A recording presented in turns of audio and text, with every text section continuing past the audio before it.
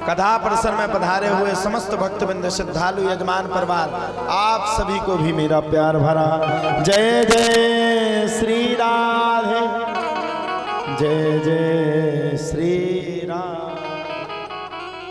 यह कथा ग्राम सलैया माप में कर्रासन माई के श्री चरणों में की जा रही है।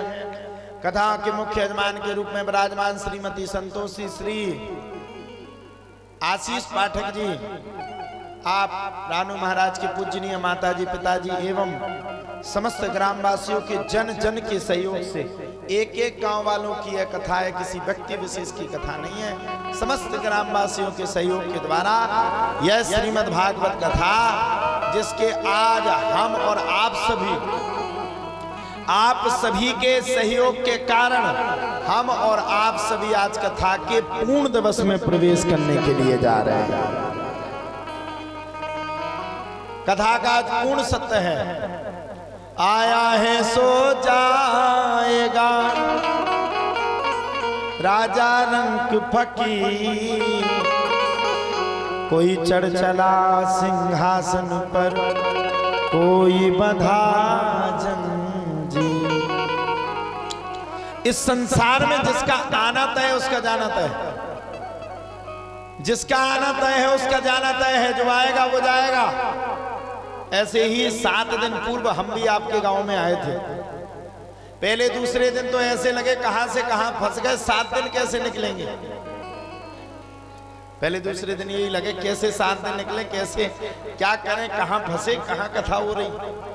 होता ना कहीं नई जगह जाओ तो थोड़ा सा 1-2 दिन बुरा लगता है, लेकिन आप सबने ऐसा प्रेम दिया, ऐसा स्नेह दिया कि अभी लगता है कि 7 दिन जल्दी आ गए। अभी 2-3 दिन और होते तो बढ़िया, आप सबके बीच में खूब आनंद लेते।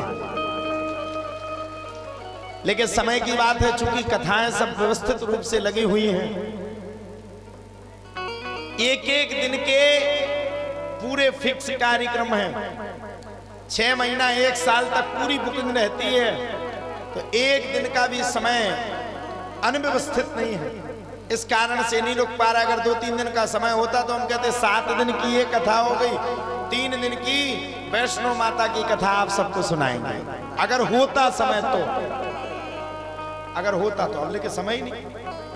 माता रानी ने अपने चरणों में इतना बड़ा सौभाग्य प्रदान किया, 7 दिन कर बैठ करके 7 दिनों तक बराबर माता रानी के श्री चरणों में विराजमान होकर के माँ के उस पुत्र ने बैठ करके माँ के सामने ही भागवत कथा को सुनाया। मुझसे बड़ा भाग्यशाली कोई दूसरा हो नहीं सकता। आज बुरा जरूर लग रहा है क्योंकि आप सबसे दूर जाएंगे, अब फिर नए लोग मिलेंगे, नए लोगों में जाकर के विराजमान होंगे, लेकिन आप सबकी यादें मेरे साथ हमेशा ताजा रहेंगी।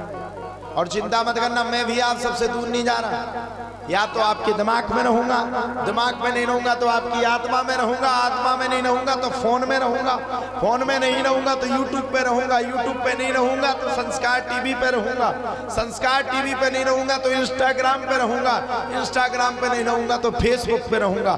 तुम कितने भी दूर हो लो, लेकिन मैं तुमसे दूर नहीं जाऊंगा, सबके पास रहूंगा। आप सबकी यादों को लेकर के, इस मिट्टी की धरोहर को लेकर के आगे सनातन के प्रचार प्रसार के लिए आगे बढ़ रहा हूं। आप सब लोग ऐसा आशीर्वाद दो कि मैं अपने सत्य सनातन धर्म की और हिंदू धर्म की और अपने धर्म पर होने की रक्षा कर सकूं और अपने भाई बहनों को सनातन धर्म के प्रति आगे बढ़ा सकूं। ये जो हमारी उम्र है, मात्र 25 वर्ष की उम्र में बैठ करके आप सबको कथा सुना रहे हैं। 25 वर्ष की उम्र में तो बच्चे भगवान के यहाँ अगरबत्ती नहीं लगाते। हाँ, कहने लगते कहाँ अगरबत्ती। 13 साल की उम्र में हमने भागवत कथा शुरू कर दी थी। और ये हम आज की नई जनरेशन, नए बच्चों के लिए बता रहे हैं। जो तुम कहते हो कि भगवान क्या होता, भगवान को नहीं भजना, क्या भजने से होता। मैं आप सबसे कहना चाहता हूँ, सनातन तो हमारा बाप है। हम सबको गौरवान्वित होना चाहिए कि भारत देश में हमें जन्म मिला और हिंदू के घर में हमें जन्म मिला। हमसे बड़ा भाग्यशाली यहाँ वहां जन्म मिला होता, चाइना में जन्म मिला होता तो खिड़कों को कर करके पूरा दिन निकल जाता। अरे भारत देश में जन्म मिला, इस स्थिति में बैठ करके कथा को सुन रहे हैं। इसलिए नई प्रारब्धता के साथ अपने सनातन धर्म को बचाओ। सनातन है तो हम सब हैं, सनातन नहीं तो कोई नहीं। ध्यान रखना, आज अगर हम लोग नहीं जागे तो एक दिन भारत में वो समय आएगा जैसे हम लोगों को बांग्लादेश से निकाल करके बाहर फेंक रहे हैं, वैसे भारत देश में भी रहना दुश्वार हो जाएगा। इसलिए जगना अति आवश्यक है।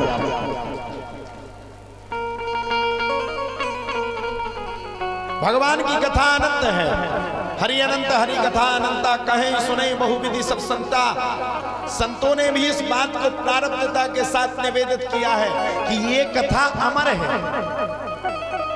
ये आज की नहीं है, ऋषि महाराज नहीं बात रहे, हमसे पहले कई कथाकार आए, आज भी कई कथा व्यास हैं, बड़े बड़े पूज्य आचार्य चरण हैं जो इतनी सुंदर कथा आप सबको सुना रहे हैं। अरे मैं तो इस बात से बड़ा प्रसन्न हूं, इतनी बारिश होने के बाद भी आप माताओं ने कल मेरा आत्मविश्वास टूटने नहीं दिया। इतनी बरसात होने के बाद भी आप लोग यहाँ विराजमान होकर के 3 घंटा नहीं 4 घंटा बैठ करके कल कथा सुनती रही। इससे बड़ी बात क्या है। अब कछु जने नहीं आई बाबा अलग है, कछु जने पानी के माए नहीं आई बाबा तक अलग है, लेकिन जो आई उन्होंने खूब आनंद लिया। कल रुक्मणी जी का विवाह था, कौन कौन आया था कल, और को नहीं आओ तो अरे राम राम राम राम राम राम, कितने स्वार्थी हो। रुक्मणी जी का भगवान का विवाह तुम्हारे हाथ से छूट गया। अरे बरसात तो 10 बजे के लगभग बंद हो गई थी, 10 बजे बारिश बंद हो गई थी। हाँ, राजा इंद्र भी थक गए। राजा इंद्र की समझ में आ गया कि अब मत बरसात करो, भगवान की बारात आ रही है। तो कल खूब आनंद लिया रुक्मणी पाणी ग्रहण संस्कार में, खूब अच्छा लगा। भगवान का विवाह पिशाच विधि के द्वारा हुआ। अब कई लोग कहते हैं भगवान ने प्रेम विवाह किया तो हमें करने में कौन सा दोष है। भगवान ने इसको प्रेम विवाह नहीं कहेंगे, भगवान ने प्रेम विवाह नहीं किया। अपितु अच्छा, भगवान तो कभी माता रुक्मणी से मिले ही नहीं। अब आज को जमाना थोड़ी है कि तुरंत जियो की सिम चलाई, व्हाट्सएप चलाए, वीडियो कॉल हो गई। पहले के जमाने में तो कोई किसी से मिलता ही नहीं था। हमने वो समय देखा कि नोकिया के फोन देखे, और भी समय देखा हम लोग आश्रम में रहा करते थे, पिताजी माताजी से बात करते थे तो 1 रुपया टन्ना में डालते थे, तब जाकर के 1 मिनट बात होती थी। और 1 रुपया खत्म हुआ और अगर उसने घंटी बजाई और अगर नहीं डाला तो फिर फोन कट जाता। वो समय उस समय में बड़ा अंतर है। भगवान का विवाह अकेली भगवान की इच्छा से नहीं हुआ, भगवान का विवाह रुक्मणी माता की इच्छा से तो हुआ ही हुआ, लेकिन रुक्मणी माता के पिता राजा भीष्मक की इच्छा से हुआ। इसलिए इसको प्रेम विवाह नहीं कहेंगे, इसको पिशाच विवाह कहेंगे। विधि विधान के साथ भगवान ने पहले सबसे साले साहब की खूब पिटाई मारी।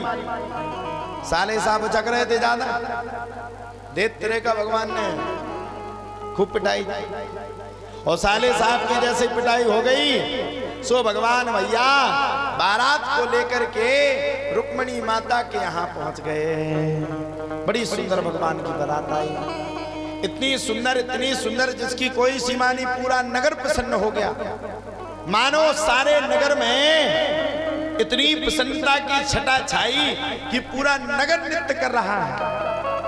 भगवान की बारात, भगवान की बारात में तो खूब आनंद आता। बारात हुई, जयमाला हुई, भगवान की भावनियां पड़ रही थी।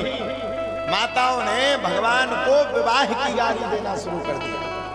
विवाह में देखा है ना आप लोगों ने, गारी देती है माता, देखा कि नहीं? हम इनसे कह रहे हैं समझी से इनकी ठटरी भर जाए, इनसे कह रहे हैं पंडित जी से इनकी धुतिया भर जाए, ऐसी गाली देती ना। वैसे ही वहां की माताओं ने भी भगवान को गाली देना शुरू कर दिया।